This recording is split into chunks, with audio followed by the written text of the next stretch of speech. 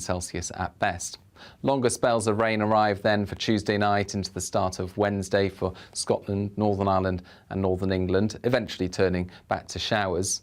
Cloudier conditions return for much of England and Wales, and it's a mild start to Wednesday here, 12 Celsius in the south, 8 to 10 further north.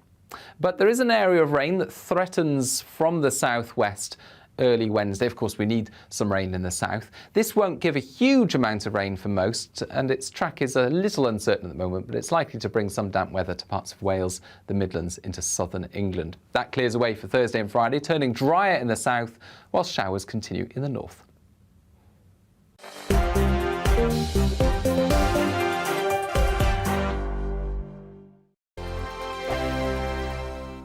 Hello, I'm Michelle Dewberry, and you can join me every weekday 6 till 7 on Jubes and Kerr. Me and my panel will get stuck right into the day's events, and I can tell you, in fact, I can warn you, expect some robust debates, some strong opinions and perspectives from both sides of the fence. It's about you at home as well. I love to read out all of your comments, or at least as many as I can. So join me, Michelle Dewberry, Monday to Friday, 6 till 7 on Jubes and Kerr. On radio, they call it the drive time slot, 4 p.m. until 6 p.m.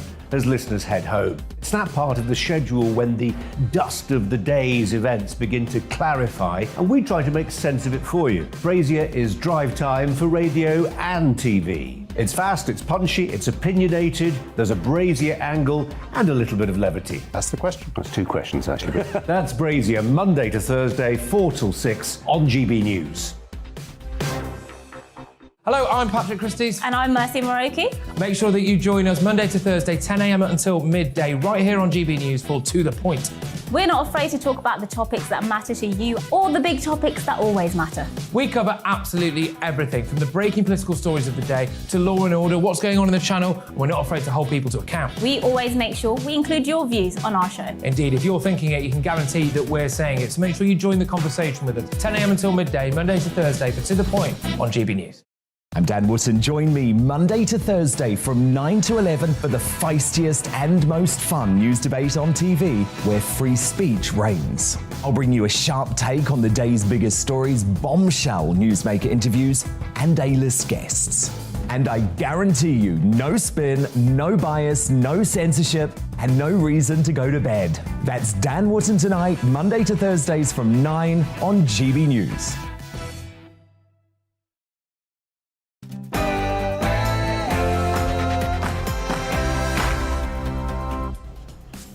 Beergate continues, and Keir Starmer says if he gets a fixed penalty notice, he will resign. Should Boris do the same if that happens? Sinn Féin topped the poll in Northern Ireland, but the Unionists appear to be desperately split. Can they come together to try to save the Union? 7 million people, 7 million migrants have registered for GP services in the last decade. Can that figure really be right? And joining me for Talking Pints, former Cabinet member, Britain's chief EU negotiator, Lord David Frost. But before all of that, let's get the news.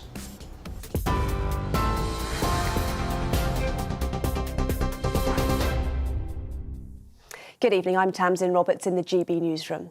The Queen will not attend the state opening of Parliament tomorrow. Buckingham Palace has confirmed Prince Charles will take her place at Westminster, the Duke of Cambridge also in attendance.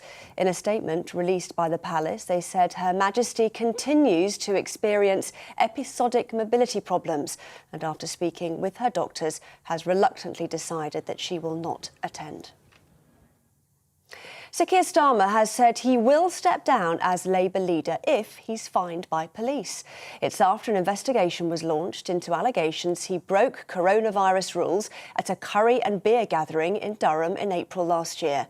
Labour's deputy leader, Angela Rayner, who was also at the event, has said she will also quit if fined, but insists no rules were broken. Sir Keir says he has always followed the rules. I had to isolate 6 times during COVID, pulling me away from my work and the things that I love. But I did it because we followed the rules.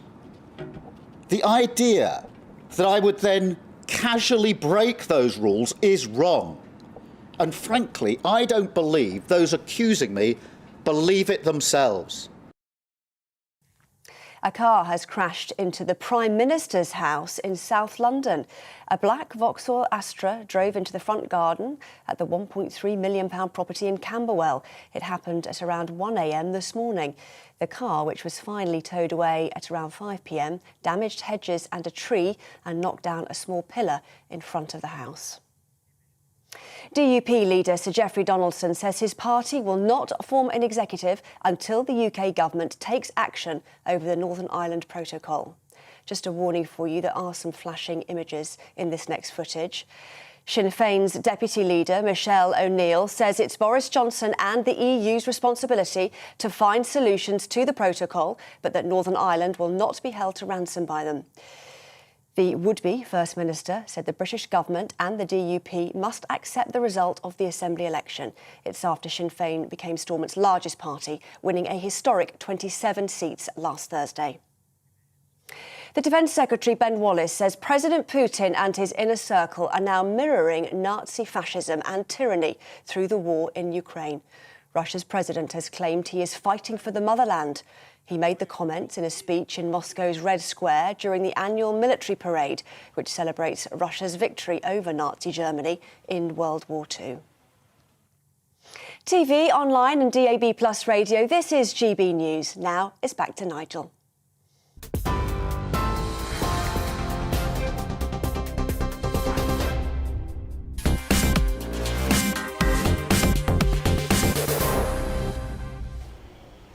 Well, Thursday night was indeed a rotten one for the Conservatives. They lost about 25% of the seats that they held, and of course London, look at all those boroughs, Wandsworth, Westminster, and Labour now right across the capital. Yes, you will hear of course that in the Red Wall it didn't go too badly, and it's certainly true that Keir Starmer's leadership of the Labour Party is not exactly inspiring, but look at the growth of the Liberal Democrats, look at the growth too of the Greens, and you can see in Wales, in Scotland, in many parts of London and the rest of England, you can see that on the current performance, the Conservatives would probably lose 100 seats at the next general election. But they've been lucky, because there's another political news story that's rather overshadowed how they did on Thursday evening. Yep, it's Beergate. It's the Durham police investigating, and Keir Starmer under a lot of pressure over the last couple of days. He cancelled a lunchtime event he was supposed to speak at, gave a press conference,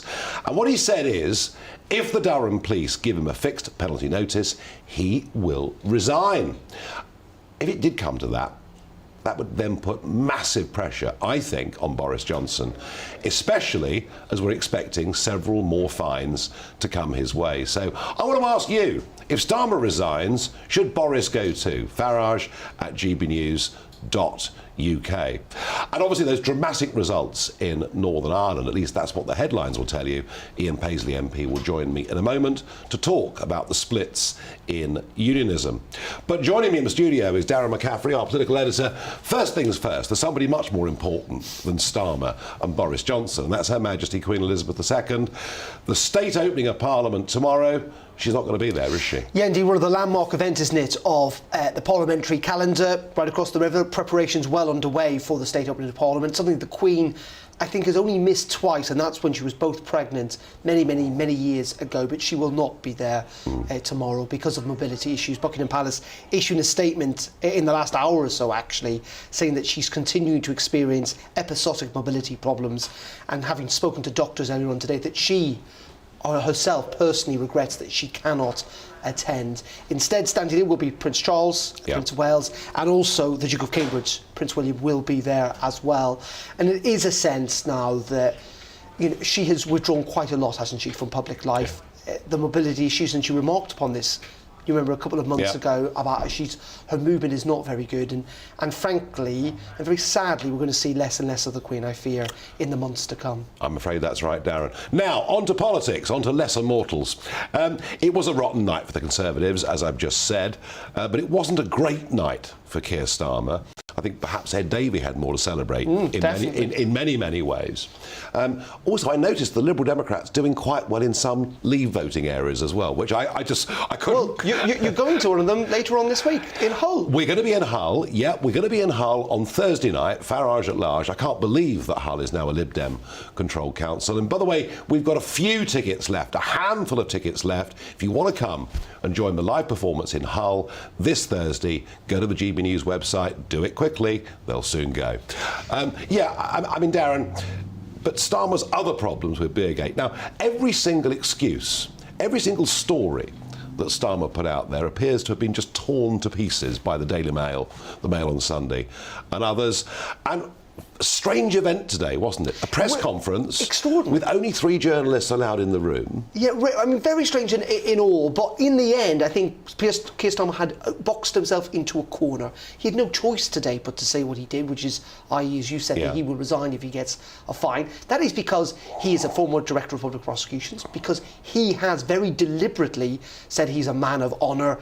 In comparison, he would argue, with the current Prime Minister, and a man of principle, which he repeatedly again said today. But more than that, he is someone who has called on the Prime Minister to resign while having received a fixed penalty notice. So it is not a surprise that he has had to make this decision. My word, it's a gamble, though. I mean, you look at what Rishi Sunak did. He was sat in a room at a meeting that happened to be a birthday party that he knew nothing about, and he could find because he happened to be there. A reminder, the rules are not necessarily black and white. They can be interpreted. But I think Keir Starmer has also done this because he thinks, and I genuinely believe he does think this, that he's not broken any rules, but now this is entirely but he also out of his hands. But he also thinks that Boris Johnson's got more fines coming, doesn't he? Well, that is also true, and you're also entirely right that Labour have not necessarily been terribly upfront about all of this. Was Angela Rayner there? No, she wasn't. Then Labour had to say, yes, she was. Was it a fixed schedule event? Well, it now seems like it was. Does it fall within the rules? That's going to be Durham Police. I think the genuine criticism of Keir Starmer today is about the undue pressure he may well have put on Durham Constabulary, one of the smallest police forces in the country, that they are now not just going to make a decision about a fixed penalty notice, but they are, frankly, about to decide who the leader of the opposition is, who potentially could have been a future Prime Minister. And maybe who the Prime Minister is. Because the pressure then on Johnson, if more fines come, would be huge. Well, and I think, so this is a big gamble for Keir Starmer. It might backfire, it might work all right. But also, Downing Street are looking at this as well. It is not a surprise that the Conservative Party were telling their ministers and MPs today not to call for Keir Starmer to resign. Yes. Not to call for him to resign, because they know what they do not want is this all to backlash back on them if the Prime Minister gets fined again. Absolutely. Darren, thank you very much. Well, let's go to Brighton Kemp Town and let's join Lloyd Russell Moyle, a Labour MP. Good evening.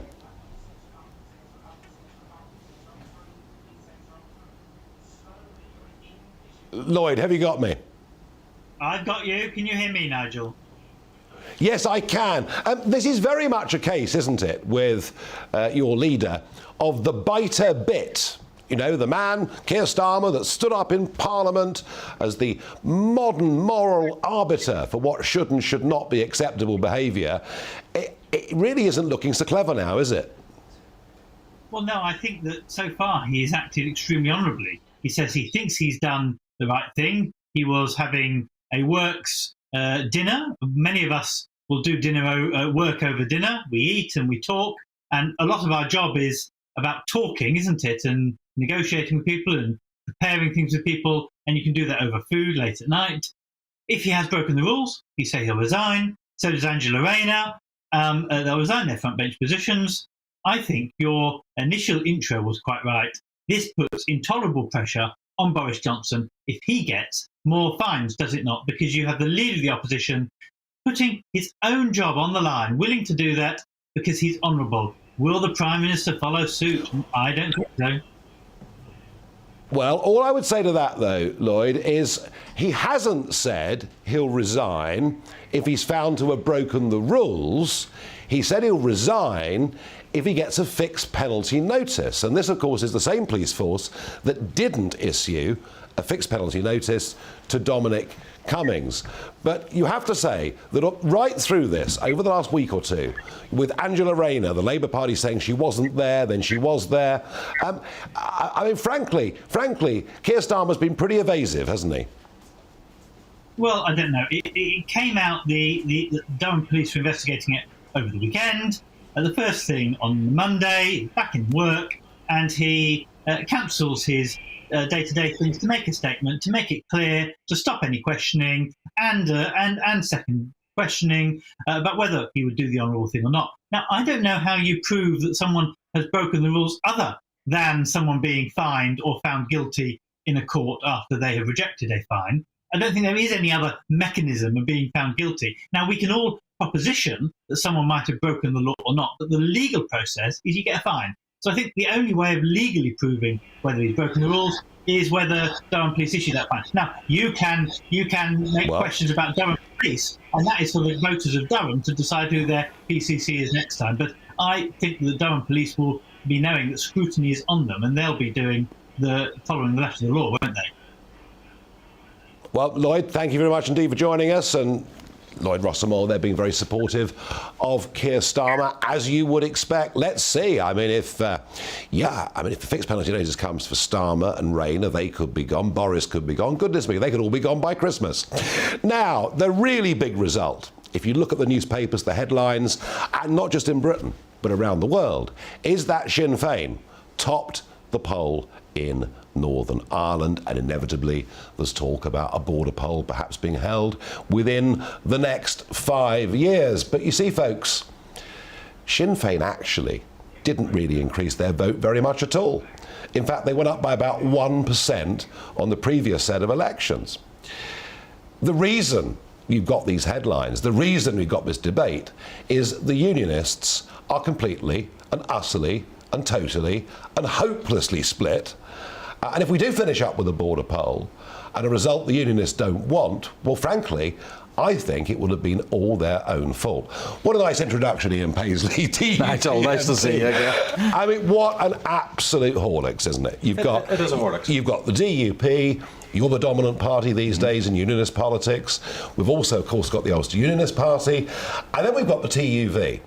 And Jim Allister, who is a charismatic, I served in the European Parliament with him, a charismatic figure. He gets 7.6% of the vote in Northern Ireland and 1 seat. If you lot can't sort this out, you know, you may well be kissing goodbye to your place in the United Kingdom. Yes, look, I think this has to be the single largest blowing of the whistle or wake-up call to unionists. We cannot afford to constantly keep going off on ego trips, having our own parties, having our own splits, and saying it'll be all right, we'll keep transferring within the unionist family, because it doesn't happen. The vote gets diluted, and we salami slice the same number of votes and don't increase or grow the unionist voting base. And that is a huge problem for us. Your earlier point is absolutely crystal clear.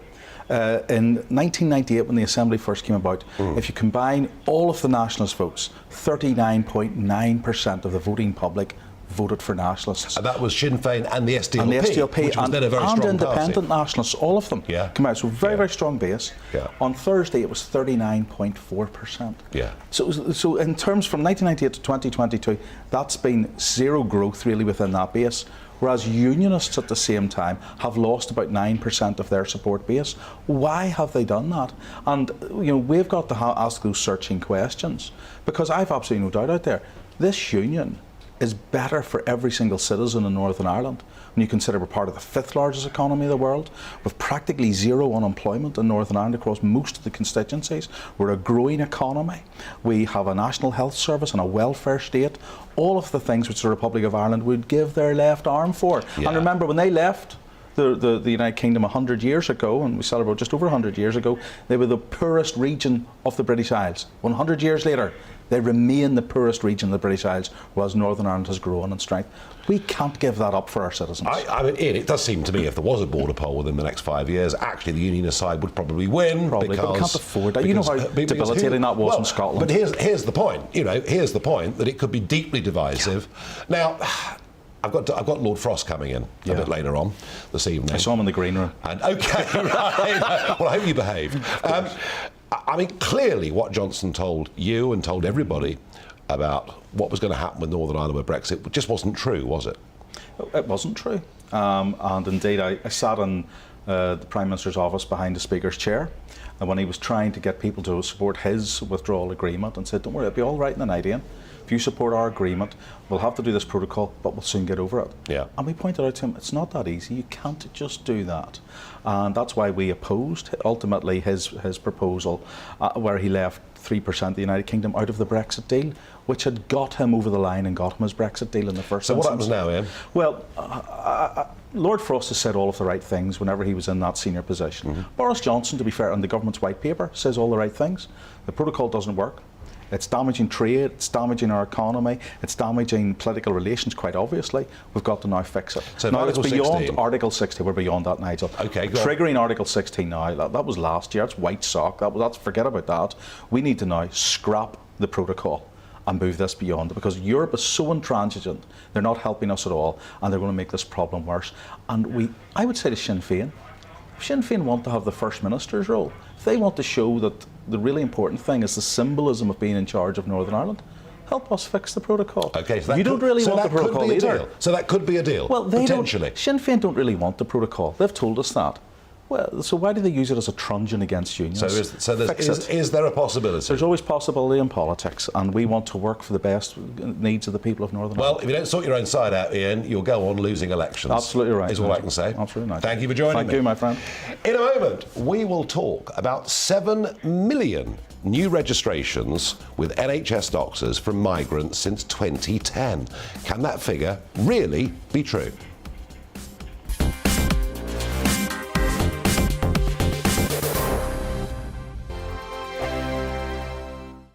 Hello, I'm Michelle Dewberry, and you can join me every weekday 6 till 7 on Jubes and Kerr. Me and my panel will get stuck right into the day's events, and I can tell you, in fact, I can warn you, expect some robust debates, some strong opinions and perspectives from both sides of the fence. It's about you at home as well. I love to read out all of your comments, or at least as many as I can. So join me, Michelle Dewberry, Monday to Friday, 6 till 7 on Jubes and Kerr.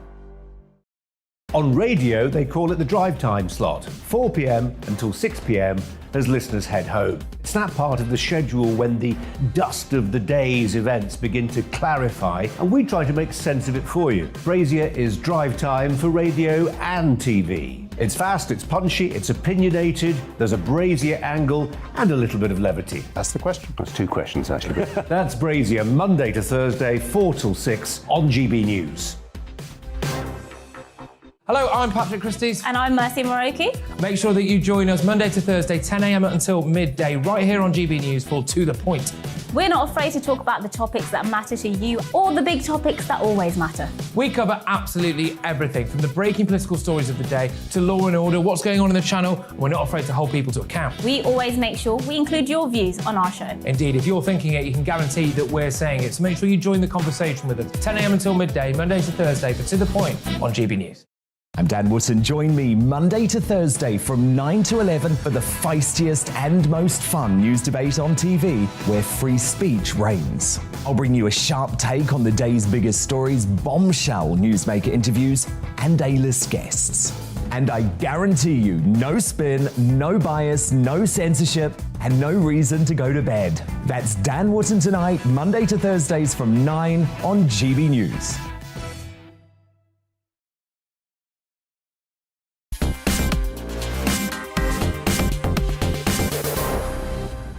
We've got about 6-7 minutes. It's not bad, actually.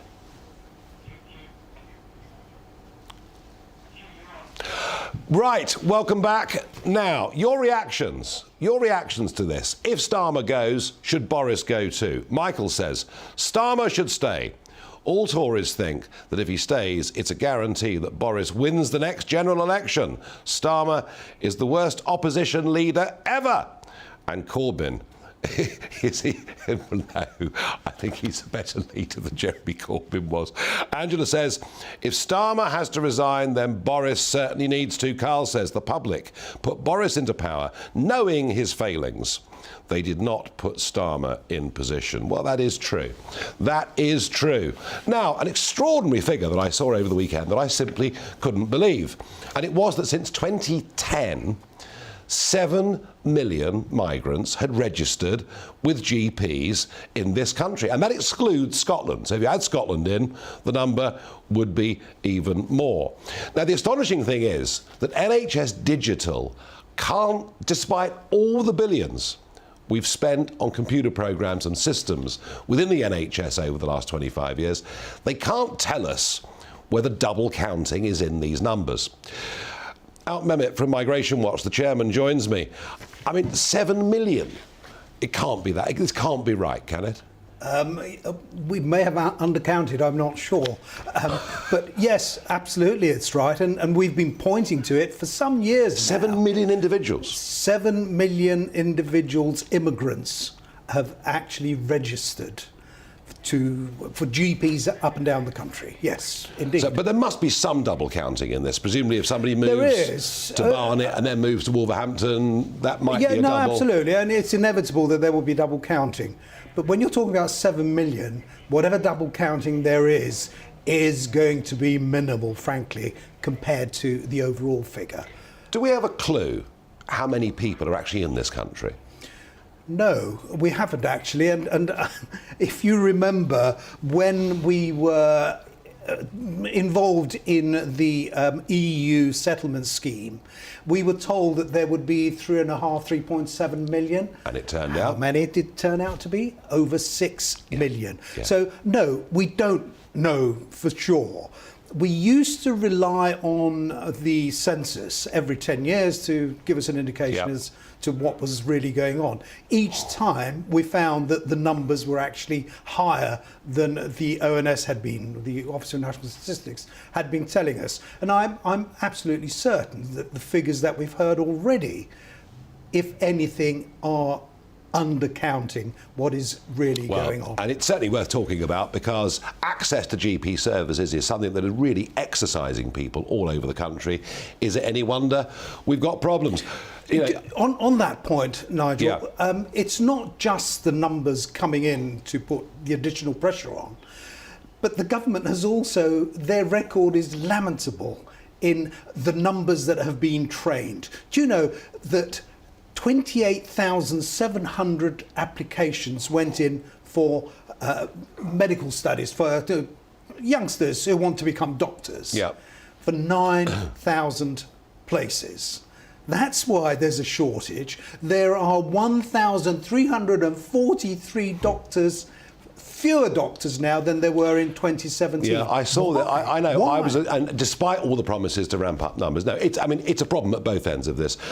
Quick thoughts on Rwanda. All sorts of briefings and counter briefings in the newspapers. Some suggestions that flights may begin before the end of this month. Others suggesting there are up to 6 legal cases pending. Where do you think we are? I think that we are where anyone with any sense would have expected us to be honest. I think those who thought that Rwanda was the answer were, frankly, delusional. It's not the answer, but it's part of the answer. So long as the government is determined actually to make use of that route and start flying people to Rwanda, along with some of the other things that they said they were going to do, like holding on to people in centres while their cases are being, those who are not being flown to Rwanda. So long as they do that sort of thing, and dare I say, we're serious with the French and the EU about them tackling the problem at their end, all these things, I'm afraid, hooey. Yeah, and we are now already at the 2020 number, roughly, aren't we? About 8,000 or so have come across the channel already. Yeah, absolutely. 7,743 to be precise, of those that we know about. And I'm sure that there are those that we don't know about as well. So by the weekend, it'll be 8,000, i.e. the whole number, the total that came in 2020. And legal immigration. The government has, well, I talk about a points-based system, but they've opened the doors in a way to even larger numbers than perhaps were even coming in Tony Blair's time. Absolutely. And I think if they'd adopted your points-based system, the way the Australian points-based system, then we would have had some hope. But in fact, all they did was loosen, just weaken the whole system, and partly pressed by business that they would bring in the sort of lower skill, lower pay individuals that business is after. And that's what's happened. We heard 890,000 coming in 2021. Yeah. 800 for long-term visas of one form or another. 890,000. And student visas were part of that number, of course, weren't they? They were, some 400 and 450,000. But then how many of those students are actually going to be here for 4 or 5 years? How many of them are actually never going to leave anyway? And that's the problem. That's why students are hugely important, because not only they contribute to our needs because they are human beings, they need a home, they see the doctor, they drive around, even students. Of course, there's huge pressure coming from students as well. And I don't know how many, what percentage never leave for what good reasons, I'm sure. But the fact is that as that number goes up, long-term migration also goes up. Have we taken back control in post-Brexit Britain of our borders and our immigration system? Have we? No, we haven't taken control. But not only that, but the Prime Minister promised us that he would reduce immigration, that the points-based system, he said, that we introduce will not only control, but it will reduce. It's had the opposite effect. That's scandalous. Out Mehmet, thank you very much indeed for joining us here on GB News. Not that it was a particularly happy story, but it's the truth, and that's what we're here to talk about. Now, I have to tell you, I'm so relieved that I'm no longer in the European Parliament. This morning, in the chamber in Strasbourg, we had the President of France, Macron, and France are currently holding the rotating presidency, introducing these dancers. Now, I mean, have a look at these scenes. It is really quite extraordinary. Bodies moving in unison throughout Europe. I mean, look at it. And over the microphone, albeit in French, people were told, you have just arrived on the moon. To look at the sun. On the other side, you look at the earth shining. Come back and face the sun. Well, I got to tell you, folks, I could put up with Verhofstadt, I could put up with Juncker, I could put up with all of them.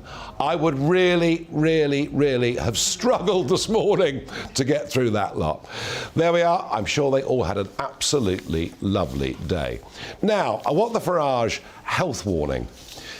And this is about a man in a house in southwest London, in New Malden, struggling for money, struggling for heating. A few weeks ago, he decided on an open fire to burn a whole load of wood. It caught fire, the house caught fire, the London Fire Brigade came along, and there was some pretty extensive damage. But the London Fire Brigade tell us they've been called to 100 such incidents recently involving open fires, log burners and heaters. And whilst nearly all of those fires were put down without any loss of human life, please, if you are going to have an open fire or a wood burner, please think about what you're doing. Well, back to our thoughts from earlier on. If Starmer goes, and by the way, I think he's probably hedged his bets. I think he's reasoned that if Durham Police did not give a fixed penalty notice to Dominic Cummings, they're pretty unlikely to give one to him, but you just don't know. He will also have heard the rumours that there are more fines coming Boris Johnson's way, and that's why he's put down this marker the way that he has. Your thoughts on it? One viewer says, what's Starmer got to do with Boris? It's really funny that Sir Keir's high horse has turned into a bit of a bucking bronco. Well, yes, I mean, he does look like, doesn't he? Starmer looks like the most terrible hypocrite, having stood up there, moralised, lectured. He was the self-appointed guardian of the right sort of behaviour during lockdown, and the evasions and dishonesties that we've had from the Labour Party and from him over this don't make a very pretty picture. Another says, Boris Johnson gave us our freedom back when other world leaders were not. What exactly does everyone think would happen if he's forced to resign? Well, I suppose if Boris Johnson was forced to resign, then the Conservative Party would have a leadership contest and they would have to decide whether they wanted someone to lead the party who actually was Conservative. And, you know, I've been saying for months and months on this programme that the Conservative Party have been taken over by the Richmond Greens, by which I mean the Goldsmiths and Carey. And they've gone all out for their rewilding ideas and their global warming policies. Well, how well's it worked in Richmond? Out of 39 seats in Richmond, the Conservatives are now down to 1. Perhaps if they focused a bit more on self-sufficiency for energy supply rather than meeting CO2 targets and exporting manufacturing jobs overseas, they might just have done a little bit better in the election. Gary says Starmer's brainwave is a resigning offence, not Boris's. Well, I don't know. I sense that if Starmer was to go, the pressure on Boris would be enormous. And another viewer says, both crimes are the equivalent to a parking ticket. The real issue is both are proven liars relating to this subject, so yes, they should both stand down. And that really is the issue, isn't it? It's not the offence itself, either from the Conservatives or from the Labour Party. It's the total lack of honesty about it. You know, had either of them adopted the hands up gov, you know, didn't we all do this at some point during lockdown? I guess we'd have said, well, yeah, actually, you know what? We broke the rules too. But they didn't do that, and they come out looking dishonest, shifty. And all in all, I have to say, I think British politics is in a pretty poor place right now. Now, in a moment, it's going to be Talking Pints. I'll be joined by Lord David Frost, former Cabinet Minister, and of course the man who negotiated Britain's Brexit deal. And we'll begin by asking him, what should we do about Northern Ireland?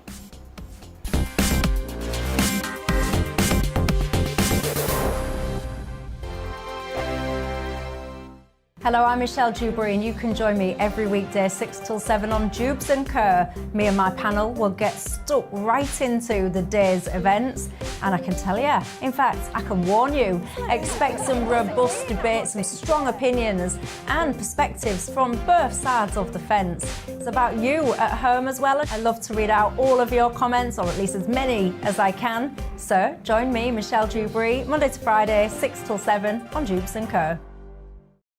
On radio, they call it the drive time slot, 4 p.m. until 6 p.m. as listeners head home. It's that part of the schedule when the dust of the day's events begin to clarify, and we try to make sense of it for you. Brazier is drive time for radio and TV. It's fast, it's punchy, it's opinionated, there's a Brazier angle and a little bit of levity. That's the question. That's 2 questions, actually. That's Brazier, Monday to Thursday, 4 till 6 on GB News.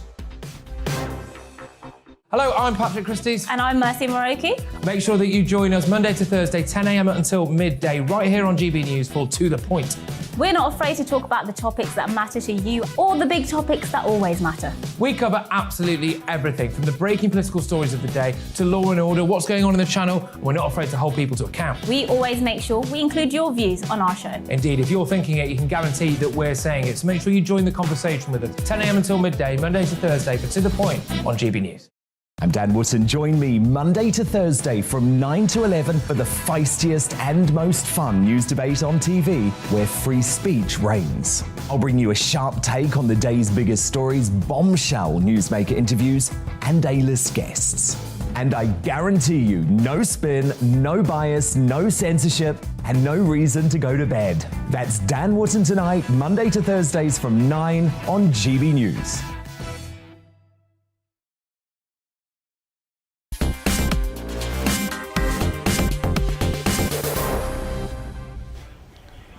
It's that time of the day. Yes, it really is. It's time for Talking Pints, and I'm joined in the studio tonight by Lord David Frost. Welcome to the programme. Great to be here. Cheers. Thanks for having me. You're an an East Midlands lad, but a bit conflicted between Derby and Nottingham. How does that work? Yeah, you're right. I went to school in Nottingham, but I'm really from Derby, and Derby County, who have not had a great season, has to be said, for reasons beyond their control. That's where I still feel I belong. Yeah, and of course, I mean, your career, you know, it's classic stuff, isn't it? It's Oxford, it's the Foreign Office, you know, you are one of these pillars of the Remain establishment, I suppose, at least by background and by inclination. Now, you worked in Brussels and you worked in New York and all over the world. I know from my time in the European Parliament, you know, whenever I met Foreign Office officials, whether it was formally or perhaps informally, I mean, they were the biggest enthusiasts for the European project. I mean, they weren't neutral civil servants. They were actively part of building this new European structure. I mean, I'm assuming when you went in there, that's how you felt as well. Yeah, I mean, I went in, when was it, early 90s, and I hadn't thought massively much about it to that point. I guess I had, as you say, standard Foreign Office opinions on and it was the subject. And it was a settled political issue, wasn't it? It was pretty membership. Membership certainly was. Yeah. We were just getting into the Maastricht row and all of that at that point. But the longer I spent in Brussels, the more I thought, this is not for us. This is an organisation that is going somewhere that this country doesn't want to go. The processes, the way it works, are not right. They're overriding national democracies, and the longer I spent there, the more I felt that. And so, could you tell any of your work colleagues, or was this a guilty secret? So I think a few, I think, came to suspect what I thought, especially during the constitutional treaty referendums in 2005. I think, there were a few kind of closet sympathisers as well, who obviously I'm not going to name, but not everybody was identical, central casting. But yeah, you're right, overwhelmingly. But the Foreign Office is not particularly unusual in that, obviously, in the British establishment. I was going to say, couldn't we look at every Whitehall department and find much that same thinking? And even today, all these years on from the referendum, there's still, I sense within the British civil service, a deep sense of regret about what we've done. I think it's still there. It's definitely weakened, I would say, since 2016. People have got used to the idea. I think what people are finding hard now in government, in the civil service, is suddenly being in charge. When we're in the EU, you didn't have to think. Because they made the decisions and they told us what to do. Now, all of a sudden, our destiny is in our own hands, and we're hesitating a little bit, and that's probably underlying some of the problems we've got at the moment. I suspect that's probably true. Now, it's unusual for somebody who's been in the Foreign Office, and albeit you were thrown into the spotlight, obviously, with this, well, firstly working with Boris, but then, with this Brexit role. How did you find Michel Barnier? I liked Michel, actually. I mean, he was a different generation, different style to me. He was a very nice person, actually, very pleasant, easy to deal with.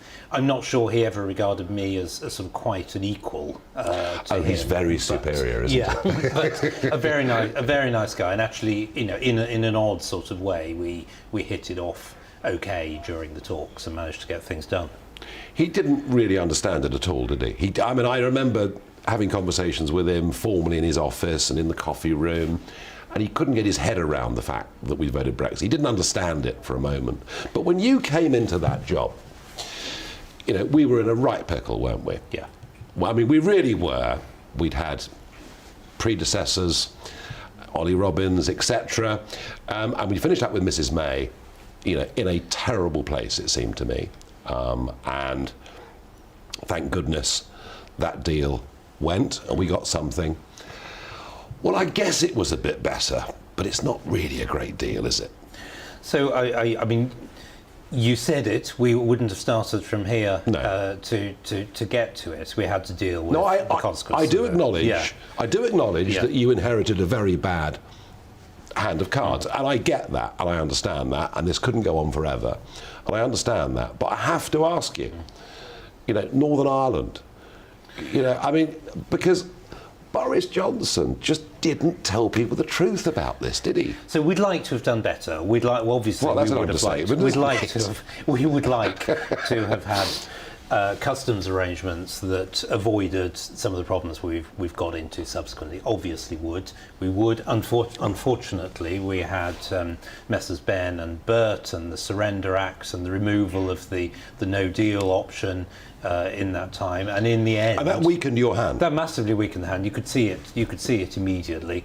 They knew that although we tried to, with a little bit of smoke and mirrors, suggest there might still be an option, they knew there wasn't. We knew there wasn't. In the end, we had to do the best we could, and we at least got rid of the backstop. If we hadn't done that, we would still be negotiating to leave the EU Customs Union now. And we gave ourselves freedom for the future and the future negotiations that we delivered on, I think. All right, so what do we do in Northern Ireland now? So we've got to do something. We do. I think it was a deal that could have worked with delicate handling on both sides, sensitivity to the need for cross-community consent in Northern Ireland. That was always going to require a degree of sensitivity on the EU side that hasn't been there. But they've been in bed with Sinn Féin all the way through this process. I think much of the EU doesn't understand the niceties and the details and the history of the issues in Northern Ireland. And in the end, I think they prioritised protecting their own single market over the Belfast Good Friday Agreement. And that is the problem. I think, whatever the rights and wrongs of how we got here, the protocol has to change or disappear. I think there's now no option. Much better to do it by negotiation if the EU will do it, though if we read in the paper, they've just said that they never will change their negotiating mandate and negotiate with us about it. So I think we're left with no other choice. Macron, not only has he just won the French presidency again, but he's also got the rotating presidency of the European Union. Merkel's gone. He's the dominant figure within the place. I mean, they're not going to give us an inch, are they? I think it's very unlikely now that they're going to engage in an actual negotiation. So we're going to have to act. I don't think there's any choice left to us, whether it's this famous Article 16 or an override. I think there's no other option to protect the Belfast Good Friday Agreement and the integrity of the country. I think the government is responsible for the governance of Northern Ireland, and in the end, it's got to accept that. Does this government have the courage to do it? So I think yes. I hope yes. It will. There'll obviously be opposition. I guess some opposition in the Commons, probably a bit more in the Lords to legislation. I think they'll be able to take on the international opposition if there is much. And obviously the dynamics internationally have changed hugely since last year. I think it can be done, and I think it has to be done. And if we explain it right, then there's no reason why we shouldn't. Yeah, I mean, at the moment, literally a part of our country has been cut off from us, effectively. Yeah. A border down the Irish Sea. Border down the Irish Sea, and rules for that part of this country set somewhere else. And there's no way you can sustain that over an extended period. You just can't. Now, the front page of today's Times, big optimistic headline about the Queen's speech tomorrow, which sadly the Queen won't be there for, which is very sad. It is. Very sad. But big optimistic headlines that we're going to hear mass reform of EU rules and regulations and all the things that I dreamt of for over a quarter of a century, having come into politics from business. Why hasn't any of this been done before? So I suppose we had COVID. That was a reasonable distraction, I think, for a bit of time. I do think that we haven't pushed on as quickly as we ought to have. Is that a lack of vision? Is it a lack of will? Why? I think leaving the EU for many was such an effort that we've kind of, particularly with COVID coming straight after, there's been a temptation just to kind of say, thank goodness that's done, and sort of sit back in the armchair. Is that because the Conservative Party doesn't really believe in Brexit still? I think it does. I believe it does. But I don't know whether everybody has yet clocked that there's going to have to be a massive change afterwards. Brexit's just a door you've got to go through. to make lots of things possible in terms of changing this country. It isn't a thing in itself, and I think too many people thought it was a thing in itself. No. I was always honest about this. Brexit doesn't solve our problems, but it gives us the ability to deal with things. What I find really interesting, since your resignation from the cabinet, and where you talked about us having to learn to live with COVID, but you've written quite extensively since then. I mean, gosh, you must be very lonely.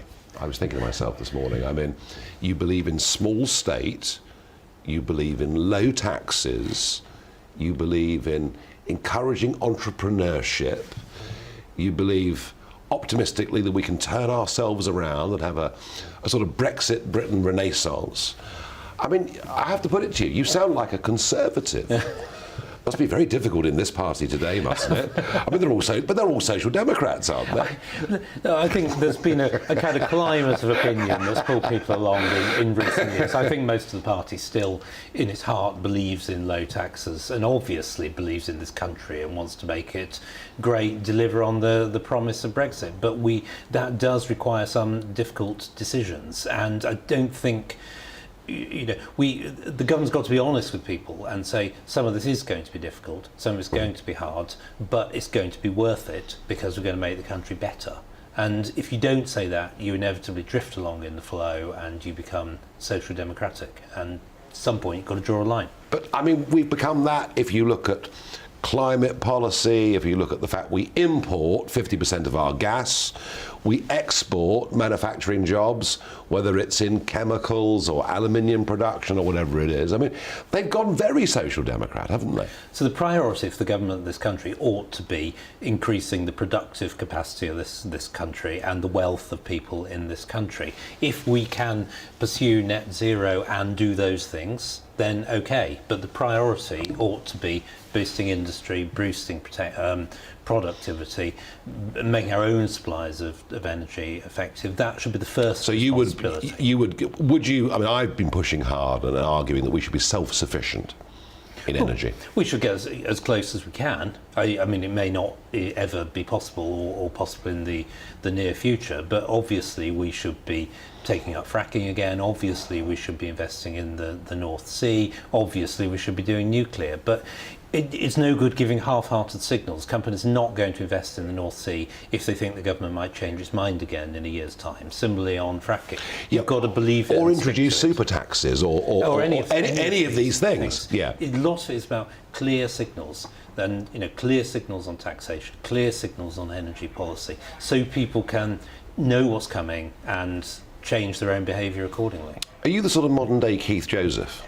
I mean, are you the man trying to get the Conservative Party to move from where it is into being low tax? And if you are, well, that's great, because someone needs to make those arguments out there, and you are beginning to make those arguments more loudly. But I'm struck that to really have an effect on these things, the House of Lords is a bit of a backwater. And you could why not just renounce the title and put your name forward for the by-election in Devon? So I don't think the Lords is a particularly brilliant place to do kind of real politics from. I think you need to be in the Commons to do real politics. That's obvious. I mean, I've only just left government. Obviously, I'm contributing by ideas and by writing. But I'll be honest. I don't think it's right this time round for all kinds of reasons. But if in the future the opportunity comes up and the party wants me to do it, then obviously I would be ready to stand down from the seat and do proper politics again. He's about 50-1 at Ladbrokes at the moment, but that's for a which is a big prize. Well, yes, but I mean, inevitably, if you were to finish up in politics in that way, the fact you were setting out are clear, and some can agree and some can disagree violently with it, but you're setting out a clear intellectual vision for the Conservative Party. I mean, I teased you earlier about Keith Joseph, but I mean, yours is a broadly Thatcherite view of where we need to go. Yeah, I think it is, except that we have to remember that Thatcher was not only about free markets. Thatcher was about the country. She was about standing up for aspiration and people who wanted to get on in life and improve themselves and help their families and make the country better.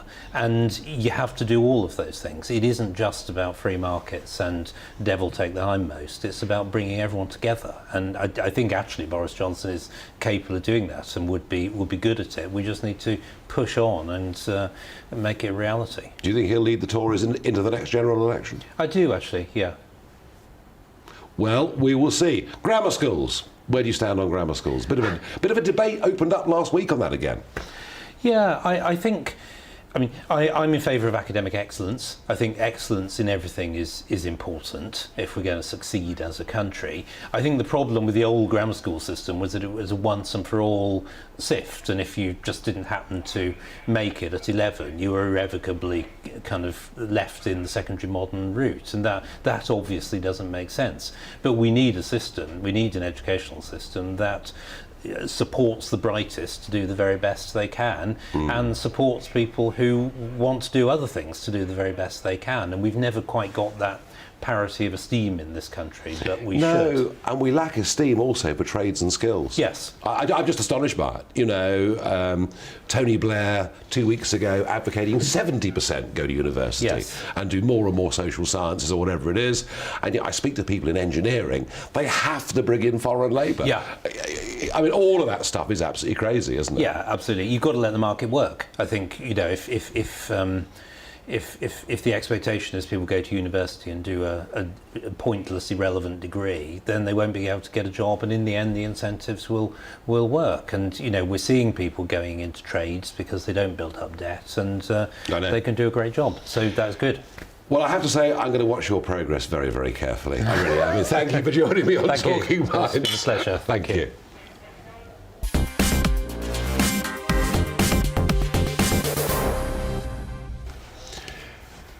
Right, let's get into Barrage the Farage, where you send in your questions, and I do not cheat. Chris asks, you can speak one sentence to Putin. What do you say? You know, I said last week I thought Macron was right to be speaking to Putin. However ghastly his behaviour has been and that of his troops, we should always be trying to talk to people. And I would, if I had to speak to Putin, would say my first one sentence would be, what price peace? What do we have to do to achieve some kind of peace deal? But no one seems to want to do it.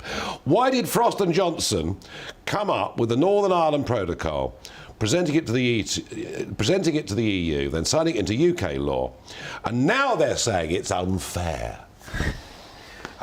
I need half an hour to answer the question, really, because it was the way of delivering Brexit, ending the logjam, getting Brexit done, getting politics back to normal. Yeah, it was far from perfect, as Lord Frost does freely admit. Which of the GBNews female presenters would you do Strictly with?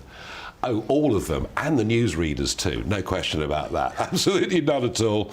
John asks, how would you describe yourself ideologically? I'm going to ask Frost that question. A mix of... I'm a Thatcherite a bit, but also I believe in the country. I think this country can succeed. So it's not just about free markets, it's about making this country successful. Yeah, and I'm with that totally. And, you know, I believe in Britain. I believe in its people. Yes, we've got our problems. Yes, we've got our faults, but we can have a really great future. I'm certain of that. And we need to. And finally, what do you prefer? Pizza or pasta? I mean, with these questions, what would you go for, Tackle? Pizza, because there are more variations. You can get more things on. There we pizza. are. There you are. He's a pizza man. I like steak and chips. I don't want either pizza or pasta, I've got to tell you. Right, we're done for today. We're back tomorrow with the Queen's speech. We'll see what kind of regulatory reform to EU law is going to be contained within that package, be delivered by Prince Charles, not the Queen. Back with you tomorrow at 7, but for now, it's over to Mark Stein. Hey, thank you, Nigel. Great show. That is almost as cheerless a choice as on death row in American prisons, where for your final meal you have a choice between a hot dog, cheeseburger or pizza. Welcome along to the Mark Stein Show. We got terrific things coming up for you. The cost of living from a very unusual angle. And we will also be talking, of course, about the Sinn Féin victory in Northern Ireland. What does it mean, north and south of the border? Kate Hoey is here for that. And we will have more of the voices we have ignored too long. That is to say, victims of the vaccine regime this last year and a half here in the UK. That is all coming up. First, as always, though, here's the weather. Hello again, I'm Aidan McGivern from the Met Office. It's been a wet start to the week for Scotland and Northern Ireland. That rain is now sinking south. Sky clearing behind it, but with further showers expected over the next few days for northern parts of the UK in particular. Low pressure towards the northwest is sending a couple of weather fronts southwards across the UK. Those weather fronts, as they bump into high pressure further east, weaken, but nevertheless still a cloudy night to come for much of England and Wales. Increasingly damp conditions for northern England, the Midlands, Wales as well, that rain reaching the southwest by dawn. Otherwise, Scotland and Northern Ireland see the rain clearing and clear spells, but with showers replacing it. Those showers particularly lively for the west of Scotland, along with a blustery breeze. 8 Celsius in Glasgow first thing, 14 for London, but a damp start for London as the cloud and rain slowly clear here. By lunchtime, most places see brighter skies, and there'll be some decent sunny spells in the south with highs here of 18 to 20 Celsius. Showers for Wales and northern England, but some lively downpours for Scotland and Northern Ireland. The odd rumble of thunder is possible with some of the heavier downpours, and it'll feel cool, 15 to 17 Celsius at best. Longer spells of rain arrive then for Tuesday night into the start of Wednesday for Scotland, Northern Ireland and Northern England, eventually turning back to showers. Cloudier conditions return for much of England and Wales, and it's a mild start to Wednesday here, 12 Celsius in the south, 8 to 10 further north.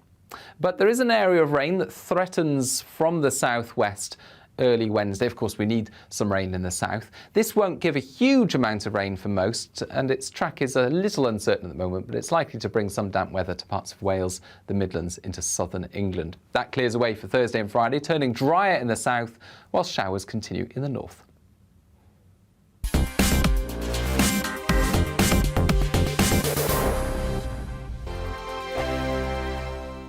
Hello, I'm Michelle Dewberry, and you can join me every weekday 6 till 7 on Jubes and Kerr. Me and my panel will get stuck right into the day's events, and I can tell you, in fact, I can warn you, expect some robust debates, some strong opinions and perspectives from both sides of the fence. It's about you at home as well. I love to read out all of your comments, or at least as many as I can. So join me, Michelle Dewberry, Monday to Friday, 6 till 7 on Jubes and Kerr. On radio, they call it the drive time slot, 4 p.m. until 6 p.m. as listeners head home. It's that part of the schedule when the dust of the day's events begin to clarify, and we try to make sense of it for you. Brazier is drive time for radio and TV. It's fast, it's punchy, it's opinionated, there's a Brazier angle and a little bit of levity. That's the question. That's 2 questions, actually. That's Brazier, Monday to Thursday, 4 till 6 on GB News.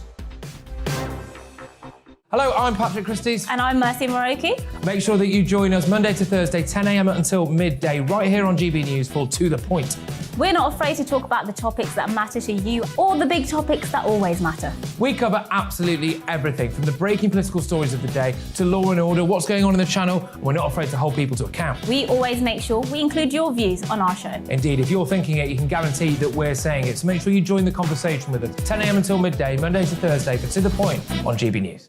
I'm Dan Wootton. Join me Monday to Thursday from 9 to 11 for the feistiest and most fun news debate on TV, where free speech reigns. I'll bring you a sharp take on the day's biggest stories, bombshell newsmaker interviews, and A-list guests. And I guarantee you, no spin, no bias, no censorship, and no reason to go to bed. That's Dan Wootton tonight, Monday to Thursdays from 9 on GB News.